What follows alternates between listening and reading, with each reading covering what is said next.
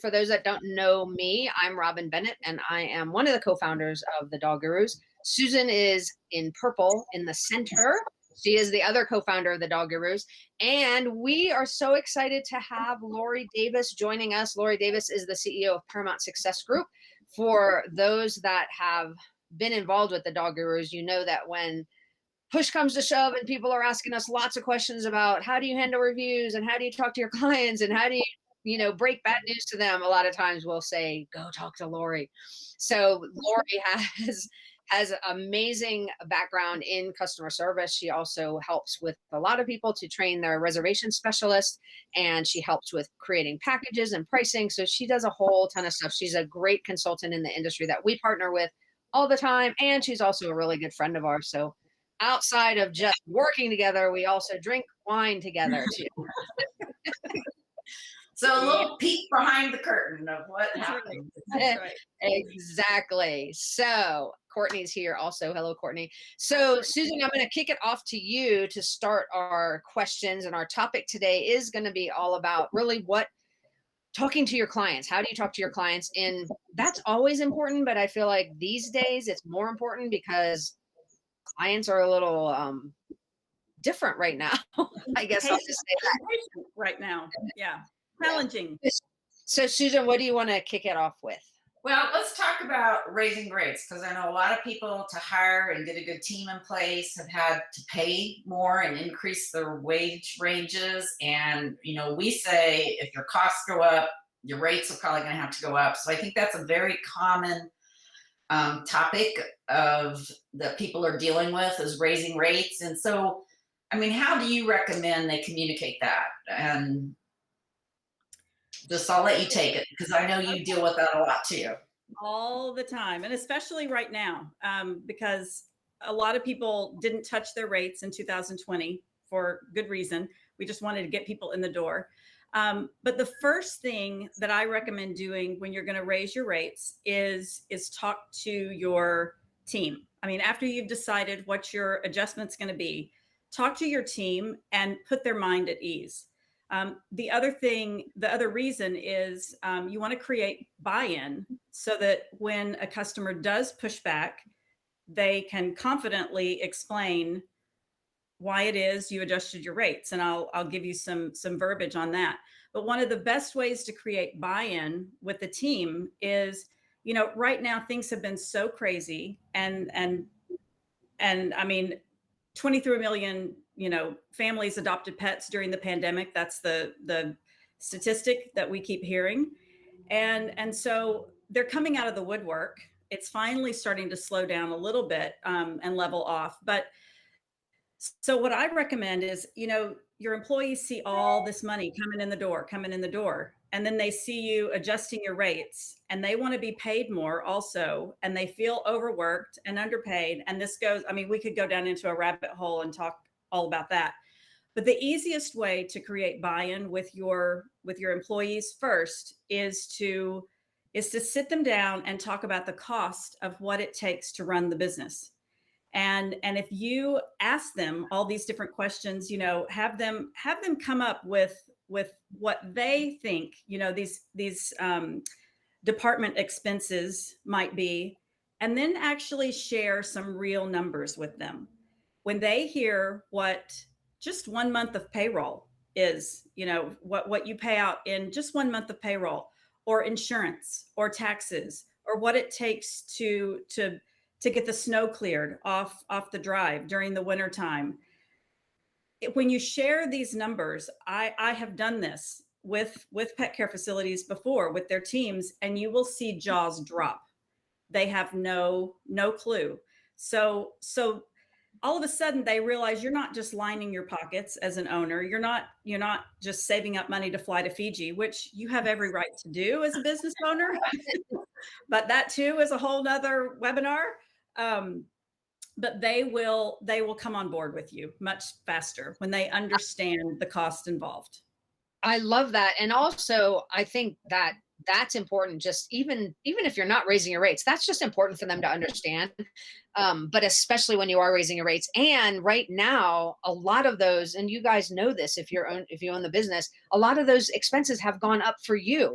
I mean, across the board, expenses are higher just from inflation. So, and then you look at cleaning protocols. You've probably changed your cleaning protocols. You're probably now buying masks or things that you might not have purchased before. So a lot of your expenses have actually gone up anyway. So helping the staff to see that, I think, is great. And I know that Susan and I always hear the business owners always worried about raising rates, but remember that your staff is probably worried too, because they're the ones on the front line that are going to see the faces of the pet parents when they come in, or see the anger maybe when the pet parent comes in, or the disappointment, or whatever it is. So really making sure that they're equipped and feel comfortable with the whole thing, I think, is so important. So Lori, go ahead, Susan. yeah, Lori, do you recommend publicizing, or do you kind of have it low key, or how do you recommend the communication go with clients? The pet industry is still big on publicizing things when they make any kind of move. If you have a reservation specialist who speaks with each of your clients, then that reservation specialist will notify every client when they make a reservation. And then they should put those notes that they have notified that client, they should put those notes into the software.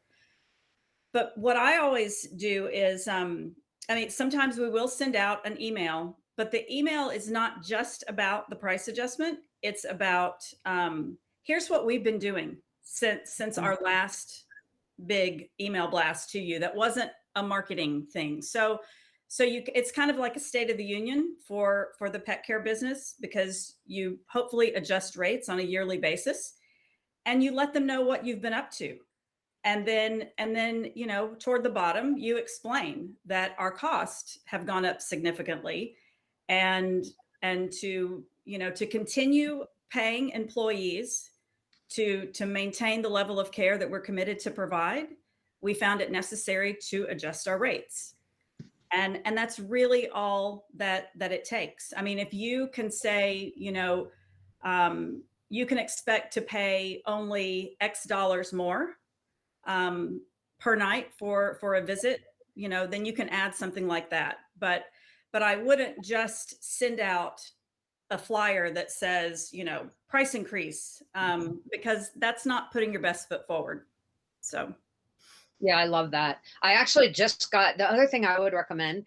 I actually just got that exact email, Lori, from my one of my landscaping companies they do weed control. I have a xeriscape front yard. It's a big front yard, but they come out and they treat it twice a year. And I tell you, I would not tell them this, but I would pay like 3 times as much as I'm paying right now, because I don't have to do any weed stuff at all, which is a big difference from 2 years ago when we were out there like every week pulling weeds.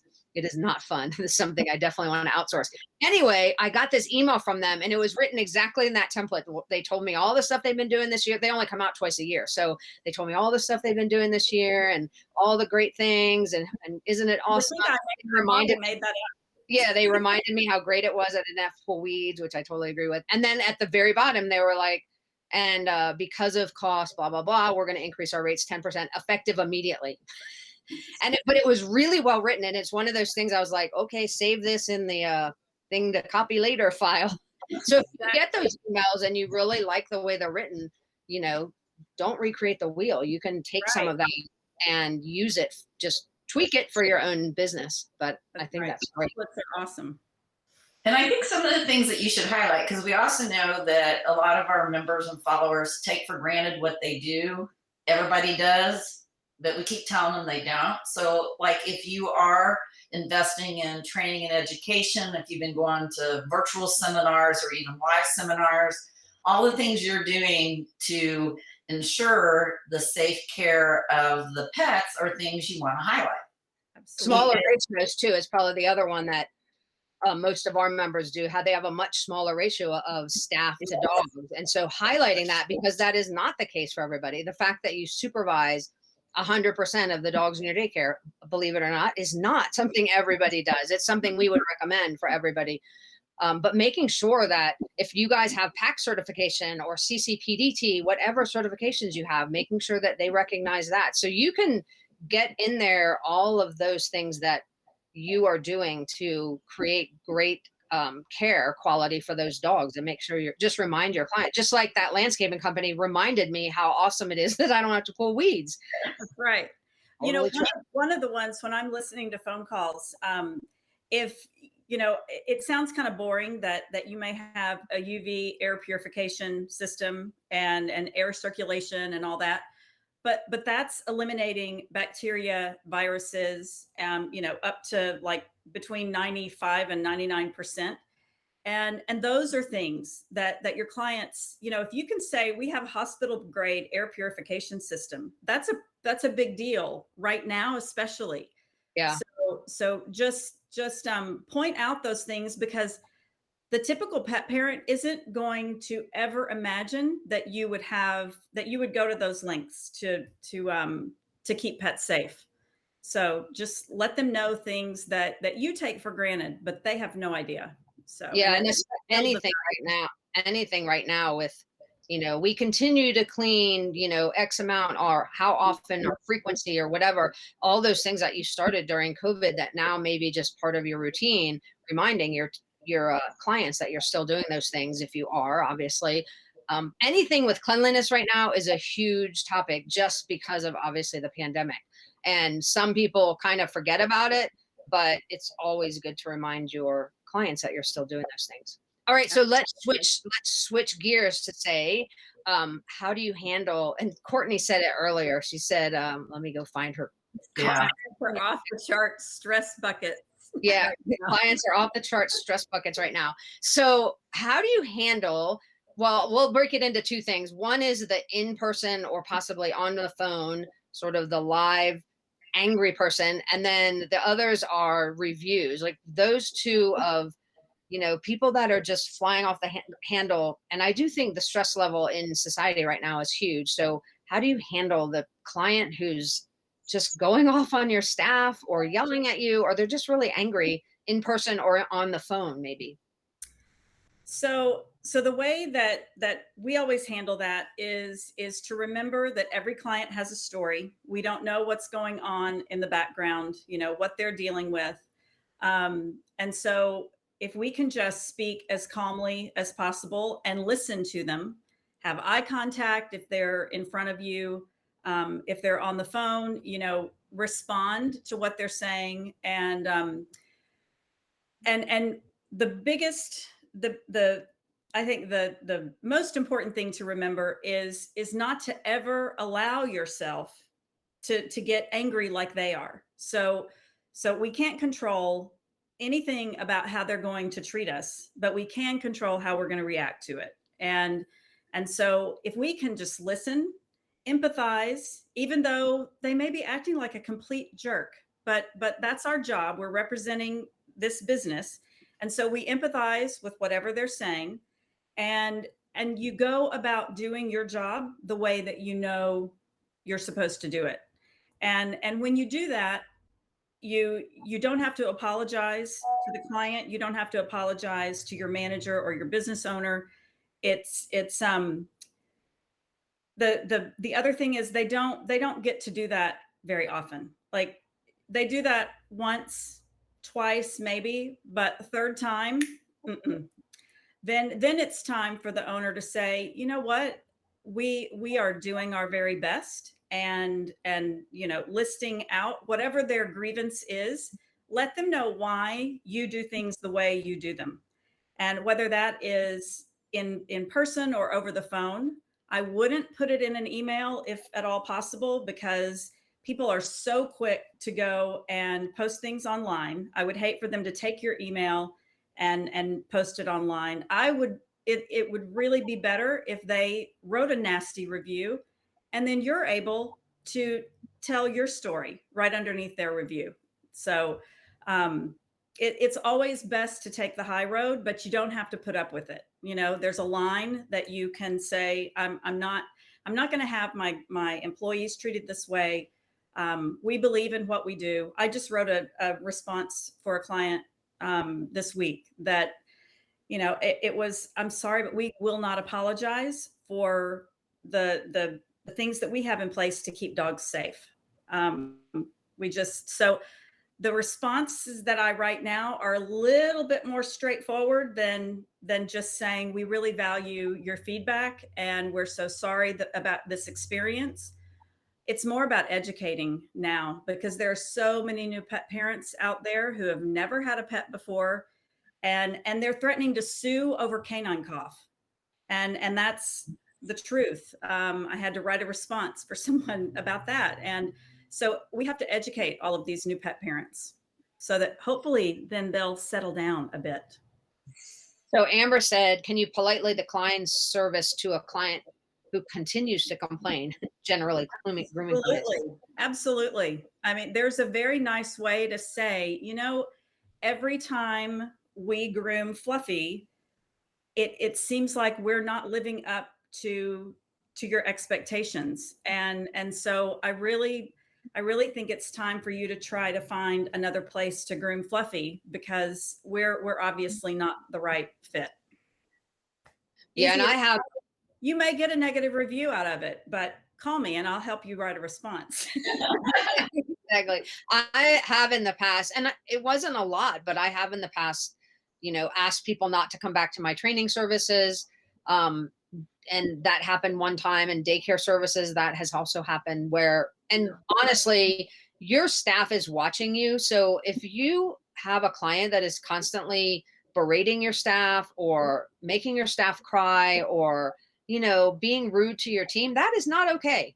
And I would not necessarily fire them right off the bat, but I would definitely have the conversation to say, hey, let's try to work this out. And I would get in the middle of that in terms of following up with that client and trying to work out whatever their problem is. And again, remembering what Lori said to begin with, is you don't know what's going on with their life. So maybe something is going on. And 90% of the times, those people, when you call them on it, they'll be like, I didn't mean to be such a jerk. I'm sorry, blah, blah, blah. But if it's one of those people that is not going to be that way, right, I would totally let them go, because that's going to show your staff that you are care more about them than you do the money that client might be bringing you.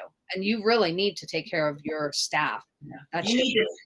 Right now, you need to hang on to your good team members. And I think it's okay to tell your clients, they may not have realized how they impacted that person.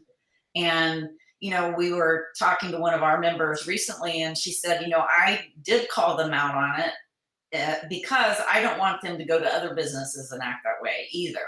That sometimes you need to hold the mirror up tactfully, right, but truthfully, because you do need to hang on to your good staff. And right now, a lot of people are leaving service and hospitality type jobs because they don't want to put up with it if they don't have to. And right now, they don't have to. Yeah, so true. Absolutely. So Lori, I know another thing that some people are dealing with, because they have been so busy, they may have stopped taking new clients, or they haven't been able to take all the clients that they used to have. Like some people didn't come at all during COVID, and now they're showing back up and they're mad that they can't get in.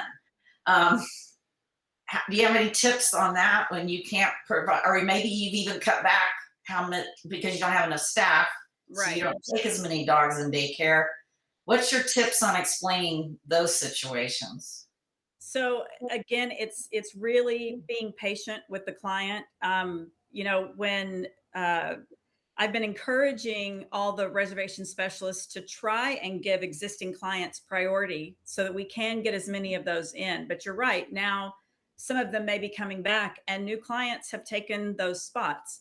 So I know I sound like a broken record, but whenever you can take it back to the health and safety of the pets that you have committed to care for, they really cannot argue with you. They may still try, but they don't have a leg to stand on. So you're saying, we have limited number of spots. We're committed to a staff to pet ratio of X, and for the safety of the pets and our team, we can't accommodate, any more pets right now. And so put those people on a waiting list. And then, I would also even send out an email, we're so sorry we couldn't accommodate you this time. Here's a special offer, for $25 off your next stay, or something like that. So they're not forgotten, but you're just, it's about doing the best that you can do for your business and being transparent with the pet parents. That's really all you can do. And I would even say for those that have, obviously now that we've gotten through Labor Day, we have a little bit of a break before heavy lodging season again with Thanksgiving and Christmas. Right now, I would be emailing all of your like special clients, the clients are long term, the clients you really want to serve the most. The nice ones. What'd you say, Susan? The nice ones. Yeah, the nice ones, The exactly. ones that bring you cookies. I would be sending all of them right now. Hey, you have the first chance to get our reservations for Thanksgiving or for like remind them, because that way that you have done your due diligence to say, don't forget, we are super full right now and we don't expect that to change now in Christmas. So if you want a reservation, because then at, the third week in Thanksgiving, when they're calling you and they're mad because you're full, you can at least say, oh, I'm sorry, we tried to remind you like 3 months ago. You know what I mean? So I would be, and like Susan said, I really like doing business with people that are nice, that I really, really like. So if you're going to get filled, fill your business with those people. But that might mean you have to be a little bit proactive. I would totally be sending out those emails right now to 100%. get. And send them out to your VIP, your nice clients, before you have your website company do something like a pop-up on your website, reminding people to book their reservations early. That's a good idea, but I would email your client base right now, because why not fill it with existing clients who know how you work. They're in a groove with you. And here's the other thing. I would say a high percentage of your existing clients have more than one pet. I think it's pretty safe to say all of these new clients who just got their first pet have one pet. So if you can fill your facility with pets with multiple pets from one family, then your revenue is going to increase, and you're going to have a better holiday season. So That's a salesperson, Lori. You are awesome. That's awesome. That's a really good point, Lori. I love that. So Courtney said that they started a waiting list in May. They're just now starting to trickle people in from it, but their list is approaching 500. And so yesterday they actually stopped even taking people on their wait list. So that's amazing. Wow. And then Paula, I didn't know Paula was on here. Our friends from she said people do not have the right to be abusive, and which I totally agree with. I'll always make sure and talk to the client instead of having our staff deal with them. And that's pretty much what we do as well. My support team knows they have a standing open door policy to say, hey, when someone emails and it's like an angry email, just tag me and I'll reply. And they do that. Thankfully not that often, but that's the same thing. And then Paula does say a valuable team is like gold. They learn how to treat you and the customer learns how to treat you and what you will tolerate. Being honest is the best approach. And I want to go back to that honesty tack. Not that people aren't honest, but I do think that we've talked to some people who are challenged to just be upfront, to go, look, we're doing the best we can. We don't have all our team. Like, I go to restaurants now and sometimes on the door, it'll say, be nice to the people that are here. They showed up for work, kind of thing. So can you talk a little bit about that, Lori? Because I think that's important to let your clients know what's going on with your business, but what are the best ways to say that without, you don't want to be whining or, you don't want to sound bitter, but I do think it's important for the clients to understand what you're facing as well. Right. So I'm all about transparency, and if you do not have enough staff, enough qualified team members to take care of the pets, of all of the reservation request, I think it's safe to say that, and talk about your staff to pet ratio, because right now you may be sitting with a wing of your facility completely open where you could take 20 more dogs for overnight care or whatever, but you don't have the staff to care for them. And so that's another thing that you can say to a pet parent, and they will walk away respecting the fact that you won't just take their money and put their dog possibly in harm's way. because you are so committed to the safety of, to the health and safety of that dog during their visit with you. So I would just let them know we're committed to providing a healthy and safe environment for every pet who stays with us. And, there are certain times when I think we have to bend a little. If somebody has a death in the family and they're a longtime client of yours, you try and figure it out so that they'll remember you and you can go the extra mile for them. If you have to put the dog in an office or something, it's like go the extra mile for your long-term loyal clients. But there has to be a cutoff point at some time, and you need to be honest. So it's giving your frontline team members the words to say, like write it out for them. Here's how we respond to this, and they'll appreciate it because they don't know how to answer it. And we definitely don't want them saying, we don't have enough staff to care for your pets. We want them to explain why we don't have enough staff, like why that matters. So it's not that just no one wants to work for us. It's that we have to keep a safe staff to pet ratio. I love that you're providing them kind of like a little script, but for some people, do you think it would be beneficial to maybe even role play some of these conversations? You know how we love role plays. Absolutely. We do love role play. Oh my gosh. Yeah, we have a history of that. You mean now or you mean with their staff? With their staff. Oh, okay. Yeah. I thought you were going to put me on the spot right now. Well, we might, but I could. Exactly. No, so Susan, years ago, Susan, had me role play. I am not a big fan of role playing. Like Susan suggested, and I'm like rolling my eyes. Okay, guess I'll do that. And so we did a few role plays together, Susan and I. And what I've learned is it's amazingly effective, for one thing. And number two, you get into it more than you think you're going to. Like I totally was like, this is not going to be easy for me. But as soon as you start taking on the role, it really does become effective. But it is the number one way to get your team to understand how to respond to clients. So we often talk about getting your team together and take turns. One of you's the client, one of you's the business person who's responding to the clients. And believe me, both of those roles are fun to play. Your team will get a big kick out of being the customer, but it's a really good way to help you. And then we actually did a role play years ago where Susan and I role played, and Lori critiqued us. And so we thought we were pretty good at some of this, but Lori burst in our bubble and improved us. Bad. I watched it the other day, and I've already told you guys this, that Susan was so into talking about how her dog really wanted to play with the other two dogs who were going to daycare and was scared they were going to be separated. And I swear she had tears in her eyes. So you do get into it. You get into it. So that's a really, really good. It's a really good thing to do. It does. You can have fun doing it, but what it'll do is it'll give your team confidence because they've actually said the words in a situation that it's a practice situation where it's safe, and that's going to give them confidence for when it actually happens. And hopefully, sometimes you can be really tough. It was, I think, people were letting out their inner frustrations when they got to serve that client role, and they could be really challenging. But again, it's a safe place to practice, and you can give feedback.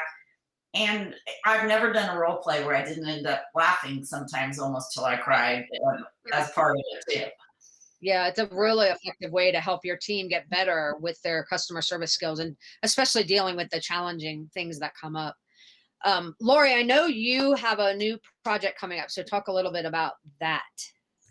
So we have been working on new modules, new customer service modules, a leadership workshop, and then another transforming your sales approach so that you can make more money. And so all of these fall under the umbrella of Goodness Wins. And that's how we're branding them. I wish I could get everybody on the planet wearing a Goodness Wins button, because I think when we see people and they're wearing something that says Goodness Wins, maybe it would remind them to be patient and remember that being kind, it may take a little longer, but it's going to get you what you want in the end. And so Goodness Wins is the brand. And I hope that all of you are coming to the IBPSA event. We're going to have a selfie station where you can come take your picture with our big neon Goodness Wins sign, and we're excited. So it's the new customer service modules will be coming out, and they go from it's the entire customer service journey, customer service cycle. So it has how to handle all of those specific situations that you face, but it also difficult conversations with clients, that's in there. There's a lot of new stuff in there. So a lot of new statistics, because I realized the old ones were saying by 2020, people are going to care more about customer service than they are, and I was realizing, wow, we passed that, and they do. It was true. So anyway, if you want to reach out to me, you could fill out on ParamountSuccessGroup.com, or just email me directly, Lori, Lori, at Paramount Success Group, and we'll send you a special code for special pricing. So once it goes up online, it'll be more a little more expensive, but because you're Dog Gurus people, then we want to provide you with a special price. So that's awesome. Thanks, Lori. And for those that have not worked with Lori before, we do often refer people to her for customer service help. And she's very well known for training reservation specialists and doing all of the coordination to get you up and running with a reservation specialist. But even if you don't have that role, well, you might want to consider having that. But even if you don't have that role, she also does help with generic customer service, how to get your team better at customer service, and how to help your team understand how to sell things, how to talk on the phone, and really what we call selling with integrity. And not only is she a great person because she's our friend, but she's also got the same vision as the Dog Gurus do, that pet care businesses should be making profit. And so she's very much in line with the Dog Gurus in terms of how pricing should work and how you should be making money off of it and not doing a ton of discounts. And so she's very aligned with us on that. And that's her goal, is to help businesses generate more revenue and make sure that they're doing things the way that's going to be effective and efficient and profitable for their company. So we love that. We did have a question that from Lucas said, when our wait list is above 3 weeks, it seems people are more likely to find someone else who can get them in right away. How would you convince them to wait? So if it's 3 weeks out, I don't know that you're going to be able to accommodate all of those people. But I guess maybe he's asking, how do you get them to go ahead and go on your wait list? Or it could be grooming. I know some groomers, book out like 3 weeks before they can get a dog in, and they don't want to wait another 3 weeks to get there. I'm not sure if it's grooming. Okay. Lucas said mainly new clients, and I'm not sure of the service. So if you can specify that, Lucas, it might help. But let's just say they are grooming and they don't want to wait. Say it's grooming. It's all about building the value of your services, and so it's talking about what you do differently without saying, well, we do this and so does that. You don't want to talk about the competition, but build the value in, if you require that all dogs have their vaccines before they come for a grooming appointment, tell them why. Whatever you do that's unique, that would encourage them to go ahead and wait, and then let them know, what we recommend after your first appointment, then you'll be able to set up a standing appointment and you won't ever have to wait in the future. But let's go ahead and get you in and get you on our waiting list, and then we can set you up on a regular basis. And I think that's something that a lot of people forget to do with their grooming clients, is try and go ahead and, we have standing reservations for daycare. Let's get standing reservations for grooming appointments too. So. And do you have any suggestions for training? He said it was for training. Oh, for training. A lot of my clients have had that. And it's tough because people feel this sense of urgency when they finally get to that point where they're making a call. Oh, I got to get my dog trained. I can't take this anymore. It's it's important to gauge their level of urgency and see if it's a good idea to have them wait. Because if it is 3 weeks out and they're dealing with something really significant, you got to talk through that and see if there's something you could do, or if they can wait until you have that availability. If you could get the dog in and at least evaluate the dog, do like an evaluation orientation, talk to them about their dog, let them know some things that they could try before they sign up for the training package. So yeah, and I think, Robin, you may be able, I think this is a great opportunity to have something digital that could be maybe some foundation work they do while they wait. And Robin can probably fill in what that might look like. That's exactly what I was going to say, Susan. Yay. Yeah. So I was going to say, if you're talking about a client that's basic household manners is what they're looking for, whether it's private lessons or group, because there might be a difference there too. But if you can say, okay, we can get you signed up right now. Here's the first day you're going to come into class live. But in the meantime, there's like these 3 videos once a week. We want you to watch these videos and start working on whatever. I often said that if I were doing training again, my whole orientation would be digital. I would do all of that, have them watch it all online. So there's some foundation stuff that you can just give to every client, especially if they're looking for basic obedience, basic manners type classes. I agree with Lori. If it's something like my dog just bit a child and I need help, that's something you probably need to get them fit, at least to come in for an evaluation. So you could talk to them and give them some tips that they can use right away. But if it's more like my dog's jumping or whatever, like the basic manners type of stuff, I think you could do some digital stuff. For group classes, this is also one of the reasons that I converted my group classes to levels format, which had a different type of enrollment process. So I could pretty much bring in people a lot more frequently without it overwhelming the system. But that's a whole separate issue we can talk about later. Yep.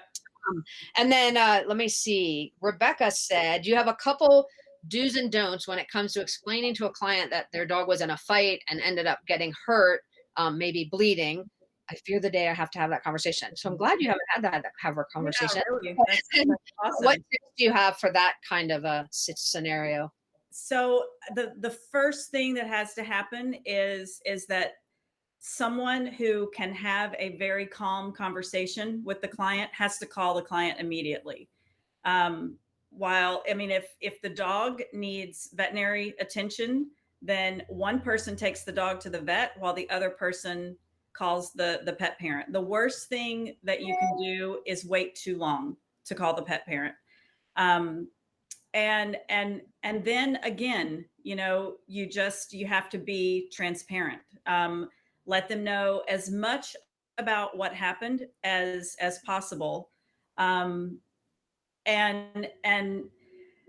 you don't even have to have all the facts exactly when you first make that phone call.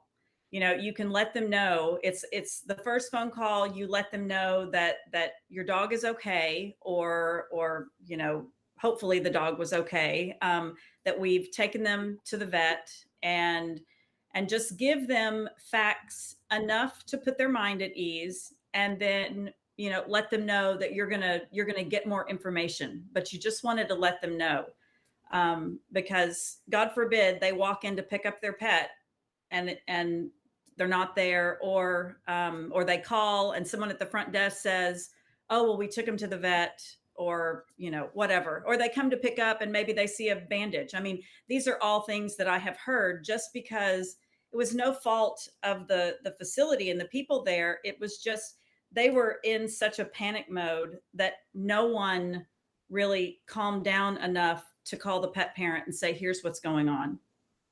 So But And I would also say if you've called and said you've taken the dog to the vet, which I would definitely do right away, then give them frequent, like, yes, updates updates. on what the vet's telling you. And when typically if the dog comes back, which usually if it's a minor injury, the dog will get treated and will be released back to you.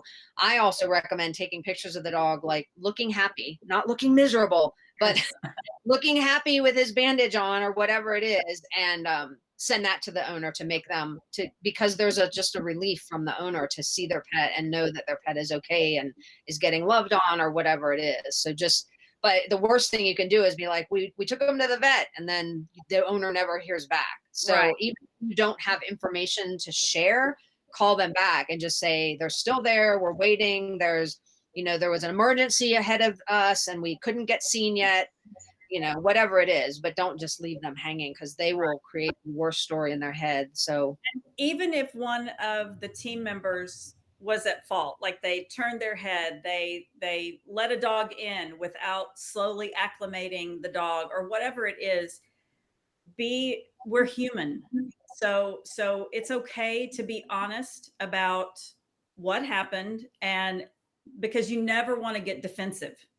You'd never want to try and cover anything up, because it will come back to haunt you, and it's just not worth it. It's take pride in the care you provide and the promise that you've made to provide a safe place for these dogs to play. And if something happens, you're going to hate it, but be transparent about it, and learn from it, and let the client know, okay, here's what we've put into place because this happened. So the I think constant follow up with them, if you have to send a care package, whatever it is, just stay on it. I think that's so key, is letting them know what you're changing in your procedures so it won't happen again. The other thing we always say, we don't like getting discounts and stuff, but if a dog got injured during daycare, I never charge the client for that day of daycare. So, in those instances, it is okay not to charge. Right. yeah, 100%. And I would follow up with that client too. If the dog goes home, and has to stay home for a few days or whatever, definitely follow up and check in with that dog, because your staff's going to want to know as well how that dog's doing. But the client also, hopefully you genuinely do care and you want to know, but you definitely want to make sure that that client understands that, you're still worrying about the dog or concerned about the dog. Right. And then Melanie, so this is a cool idea. Melanie said, this was back to Lucas's question. I have dealt with this in an emergency situation. I've sometimes asked existing clients if we can wait 1 week to help. So for that client where they might call and say, my dog's bitten someone or whatever, and you want to squeeze them in, if you have clients that you have a really good relationship for, that's a great opportunity to maybe call them if you truly are booked and you're like, I just can't take any more dogs, but you really want to help that client, and you have clients that might, that you have a good relationship with, they may be willing to just wait a week to have their lesson. So that's a really good idea, Melanie, to help everybody, help that one person who might have just called you. Obviously you can't do that all the time, but for those emergency situations, it might be worthwhile. And then Amy said, we'd had our first emergency vet visit in over 15 years. It was worse on us than the parent. That's a lot of times. It often, and a lot of times that's, if I'm writing a response for online, that's a lot of what I try to convey, is even those, a hurt dog or someone slamming the care that a dog was provided in an online review. And a lot of times, there are always two sides to every story. I tend to put in there how much this means to the pet care team because of how serious they take the care they provide. So it's devastating when it's called into question, because people just don't know what happens, so they assume. So absolutely. Well, we are running out of time. I'll throw to Lori. Do you have any last minute things you want to say before we wrap up? I think patience is key right now, and being patient with your teams so that they will be patient with your customers. It's a trickle down effect, definitely. And if anyone is ever talking poorly about a customer or about, you know, anybody else, try and stop it right there, because it will permeate like a poison and really impact your culture. So try and keep everything as positive as possible. Give everyone the benefit of the doubt, because it's a crazy time out there. So I think patience is key. Goodness wins. I Love like that. goodness wins. I will be there at IBPSA to get my selfie. I know. I want to see all those selfies. Goodness wins. Yeah. I think that's Yeah. awesome. Well, Lori, we're always really happy to have you on. The three of us could talk forever, so we do have to wrap it up. But we appreciate all of you for jumping on. I know this is a really busy time of year, so we appreciate you taking time out. If you're watching the replay on Facebook Live or on our YouTube channel, then we appreciate you taking time to watch as well. Which reminds me that you should subscribe to our YouTube channel, because we do have videos out just about every week on there now. We've gotten into kind of a flow on there. So definitely go find our YouTube channel and subscribe there.